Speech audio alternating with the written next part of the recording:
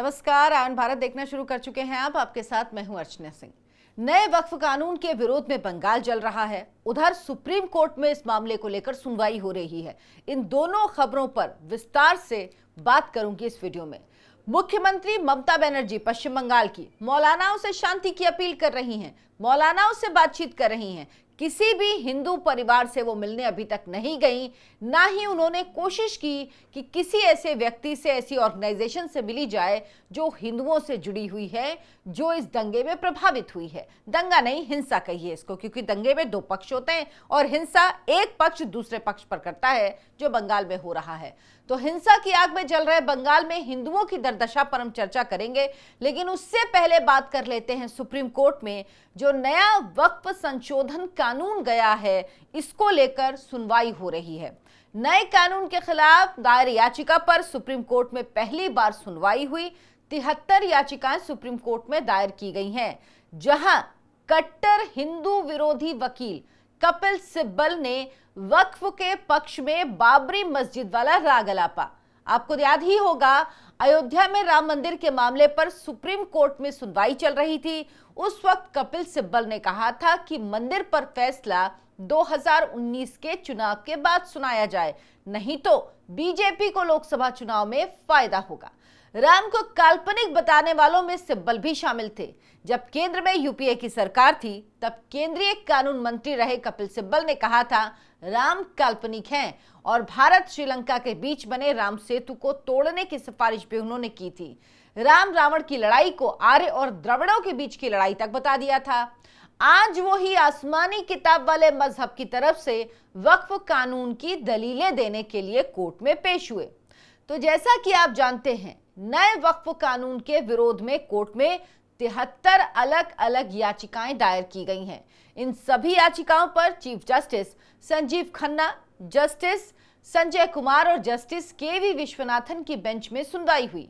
उधर केंद्र सरकार ने भी कैविएट दायर कर कोर्ट से अपील की है कि कोई भी आदेश पारित करने से पहले उनकी दलीलों को जरूर सुना जाए। लेकिन इस पूरी सुनवाई के दौरान जो सबसे ज्यादा गौर करने वाली बात थी, वो ये कि कपिल सिब्बल जो दलील दे रहे थे वो क्या थी। सुनवाई के दौरान वक्फ से संबंधित सभी मामले नहीं सुने गए। मामले की सुनवाई के दौरान कपिल सिब्बल ने कहा कि यह कानून धार्मिक मामलों में दखल देता है, साथ ही ये बुनियादी जरूरतों का अतिक्रमण करता है।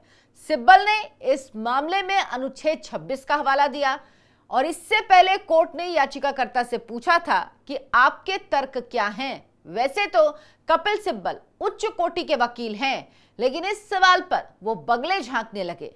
चीफ जस्टिस ने सुनवाई के दौरान कपिल सिब्बल से कहा कि समय कम है, इसीलिए आप याचिका की मुख्य और बड़ी बातें बताएं। सुनवाई के दौरान सुप्रीम कोर्ट में कपिल सिब्बल, अभिषेक मनु सिंघवी, असदुद्दीन ओवैसी, सॉलिसिटर जनरल तुषार मेहता सहित अन्य याचिकाकर्ता के वकील भी मौजूद थे। इन सभी ने वक्फ संशोधन अधिनियम 2025 की कई धाराओं को संविधान विरोधी बताया और उन्हें रद्द करने की मांग की। बहस के दौरान एएसजी तुषार मेहता ने कहा कि कानून पर बात कर रहा हूं, धार्मिक व्यवस्था पर नहीं। सीजेआई ने कहा हम केवल उपयोगकर्ता द्वारा वक्फ पर हैं। जस्टिस विश्वनाथन ने पूछा ट्रस्ट का उदाहरण ना दें, सबसे अधिक संभावना हिंदू बंदोबस्ती की होगी, हिंदू समुदाय ही इसका प्रशासन करता है। मेहता ने कहा वे किसी भी तरीके से शासित होते हैं, लेकिन अंततः ये वैधानिक द्वारा शासित होते हैं। सीजेआई ने कहा हमें एक उदाहरण दे। मेहता ने कहा ठीक है, हम इस पर नहीं जाते हैं। तुषार मेहता ने कहा कि आप कानूनन निपट रहे हैं। एक संयुक्त संसदीय समिति थी, 38 बैठकें हुई, इसमें कई क्षेत्रों का दौरा किया। इसने 98.2 लाख ज्ञापनों की जांच की, फिर ये दोनों सदनों में गया, फिर कानून पारित किया गया। वक्फ का पंजीकरण हमेशा अनिवार्य रूप से आवश्यक था, यहां तक कि यूजर द्वारा वक्फ को भी रजिस्ट्रेशन कर वक्फ से गुजरना पड़ा। 1995 के अधिनियम में भी अनिवार्य है। मिस्टर सिब्बल का कहना है कि मुतवल्ली जेल जाएगा। वो 1995 से जेल जा रहे हैं यदि पंजीकरण नहीं कराया जाता। आपको बता दें कि संसद के दोनों सदनों से बजट सत्र में पारित वक्फ संशोधन विधेयक 2025 को राष्ट्रपति द्रौपदी मुर्मू की मंजूरी मिल चुकी है। इस संबंध में गजट नोटिफिकेशन भी जारी हो गया है। इसके साथ ही वक्फ अधिनियम 1995 का नाम भी बदलकर unified Waqf management empowerment efficiency and development यानी उम्मीद अधिनियम 1995 हो गया है।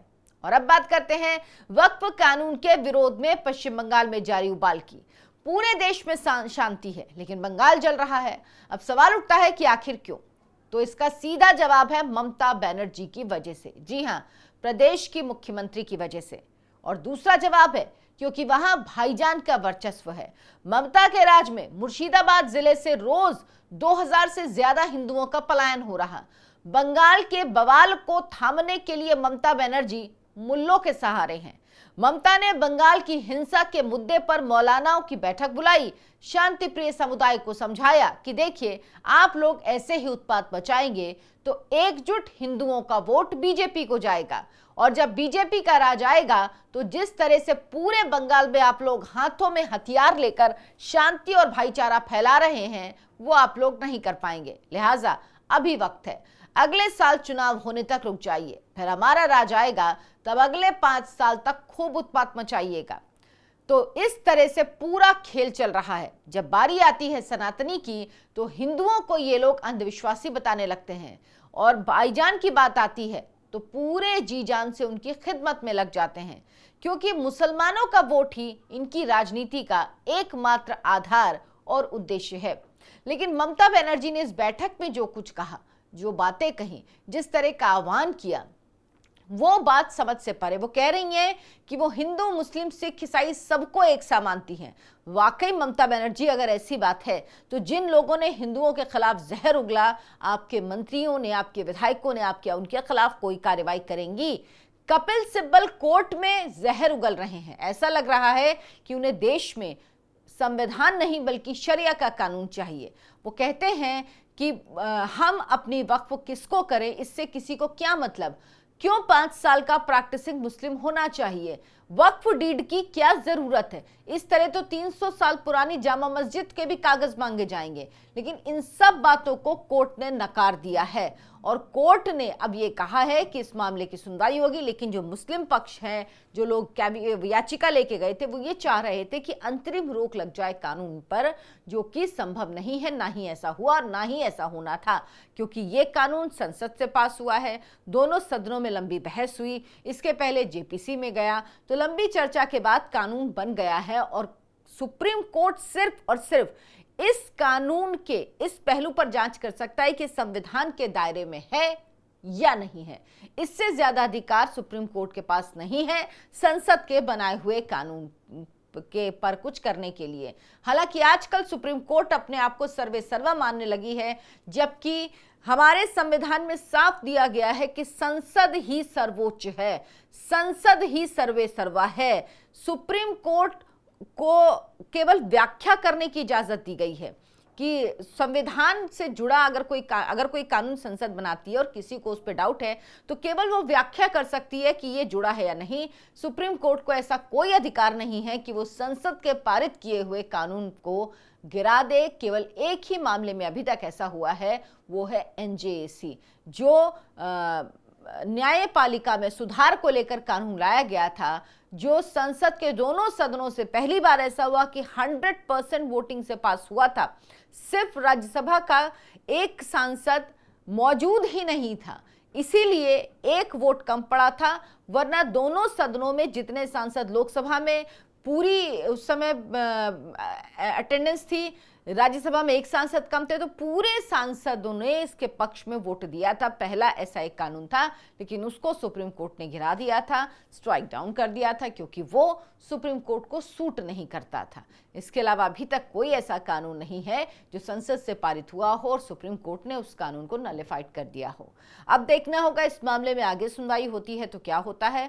सुनवाई इस पर लंबी चलेगी। 73 याचिकाएं हैं, जिसमें से 10 याचिकाएं इस कानून के पक्ष में डाली गई हैं। 7 राज्य भी इसमें गए हैं, जिनका कहना है कि वक्फ कानून ठीक है और इसे जो संशोधन हुआ है वो लागू रहना चाहिए। खबर पर जो भी अपडेट आता रहेगा वो आपको बताएंगे, लेकिन फिलहाल दीजिए इजाजत। धन्यवाद, नमस्कार। हमारे चैनल आयन भारत को जरूर सब्सक्राइब कीजिए और कमेंट करके बताइए कि आप क्या सोचते हैं कपिल सिब्बल जैसे वकीलों पर। धन्यवाद, नमस्कार।